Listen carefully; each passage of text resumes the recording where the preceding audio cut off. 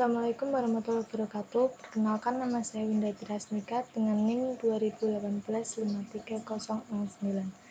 Program Studi Sistem Informasi Fakultas Teknik Universitas Mulia Kudus.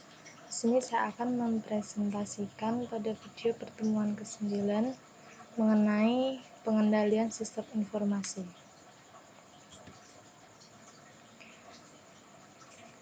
Di sini ada beberapa bagian yang menjelaskan apakah divisi IT bisa membantu meningkatkan kinerja perusahaan.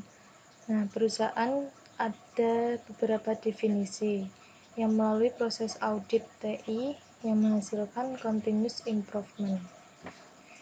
Di proses audit TI ada proses output yang menghasilkan nilai maturity level 1-5.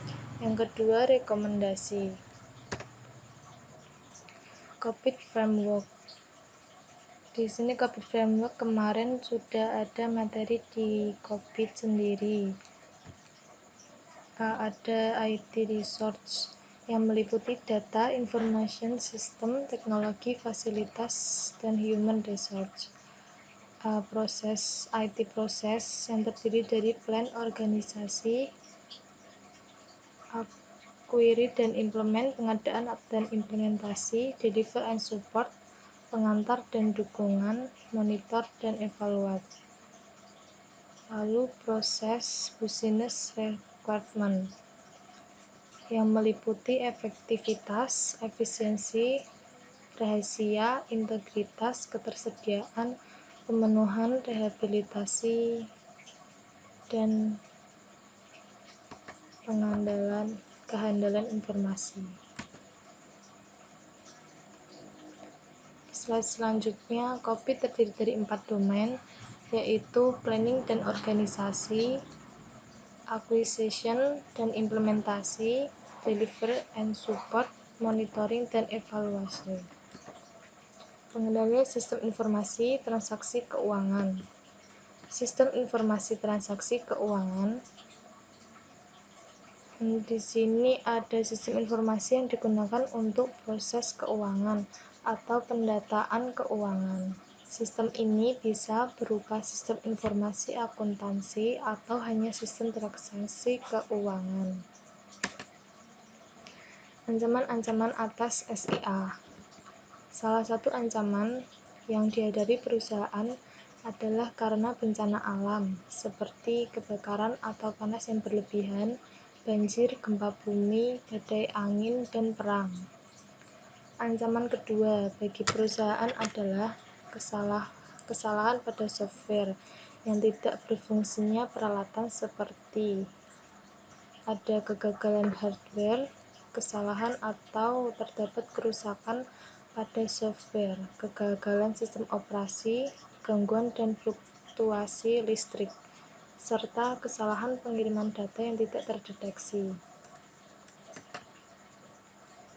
Selanjutnya, ancaman ketiga bagi perusahaan adalah tindakan yang tidak disengaja, seperti kecelakaan yang disebabkan kecerobohan manusia, kesalahan tidak disengaja karena teledor, kehilangan, kesalahan logika, sistem yang tidak memenuhi kebutuhan perusahaan.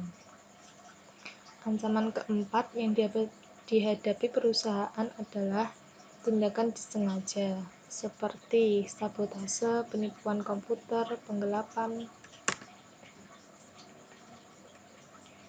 Mengapa ancaman-ancaman SIA meningkat? Peningkatan jumlah sistem klien atau server memiliki arti bahwa informasi tersedia bagi para pekerja meningkat. Oleh karena LAN dan sistem klien atau server mendistribusikan data ke banyak pemakai, mereka lebih sulit dikendalikan.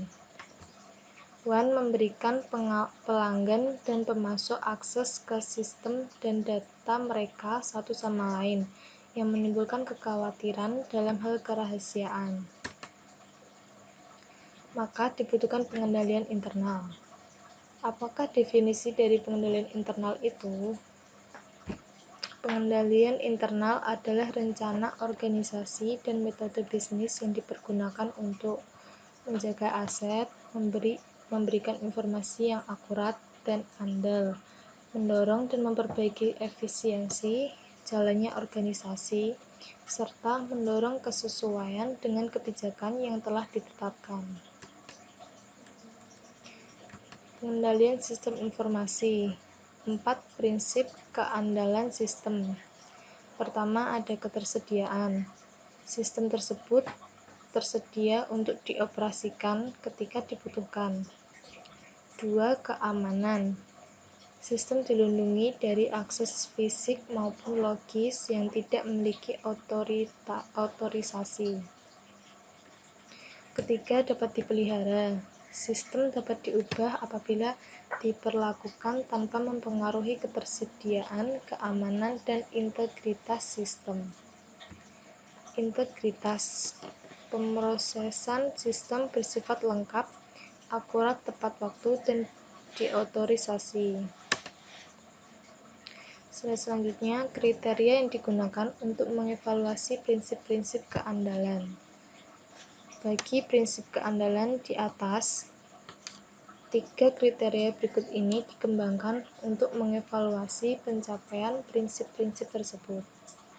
Pertama, entitas mempunyai tujuan kinerja, kebijakan, dan standar yang telah ditetapkan, didokumentasikan, dan dikomunikasikan, dan yang telah memenuhi 3 prinsip keandalan. 2. Entitas menggunakan prosedur, people, software, data, dan infrastruktur untuk mendapatkan sesuai kebijakan dan standar yang telah ditetapkan. Ketiga, entitas mengawasi sistem dan mengambil tindakan untuk mencapai kesesuaian dengan tujuan, kebijakan, dan standar untuk setiap prinsip keandalan.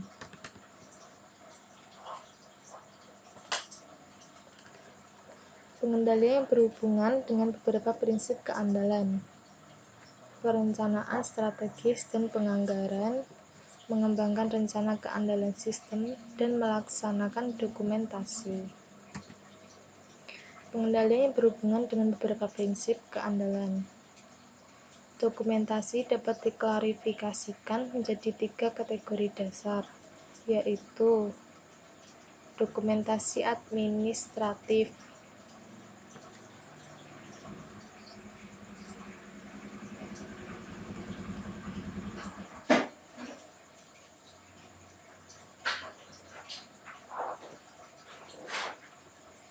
gokat ya.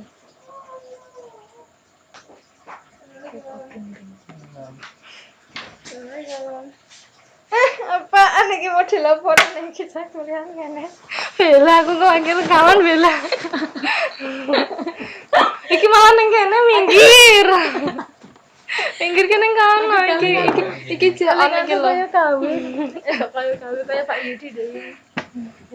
Wis ya, aja deret-deret ya. Iya. Botolku karo temenan, Jir. Mau sesuk private.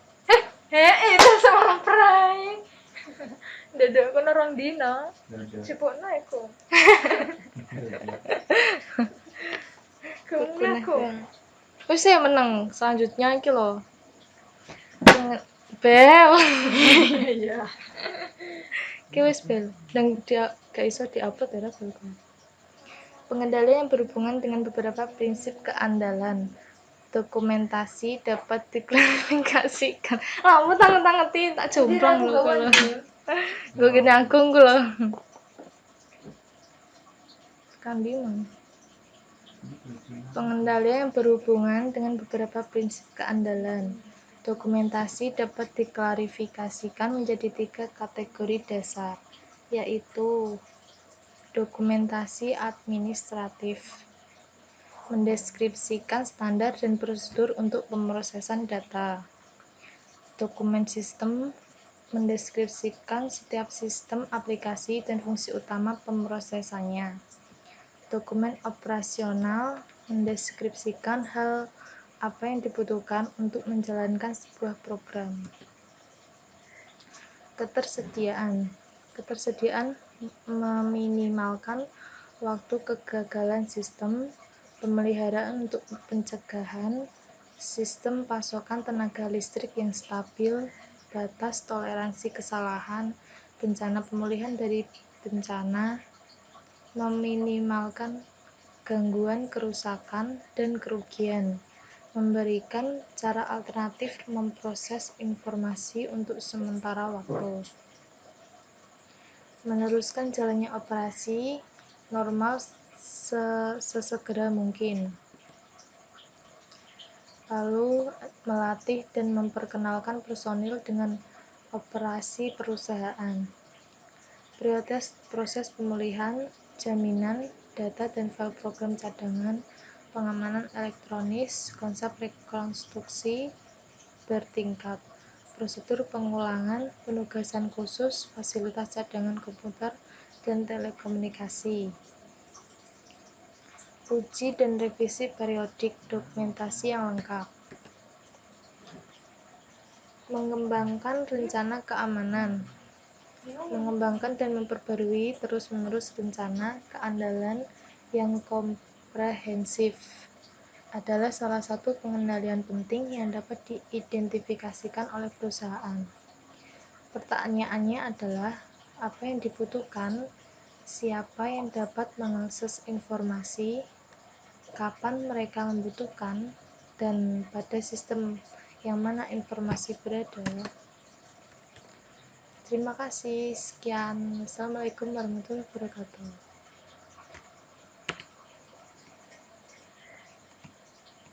Ye.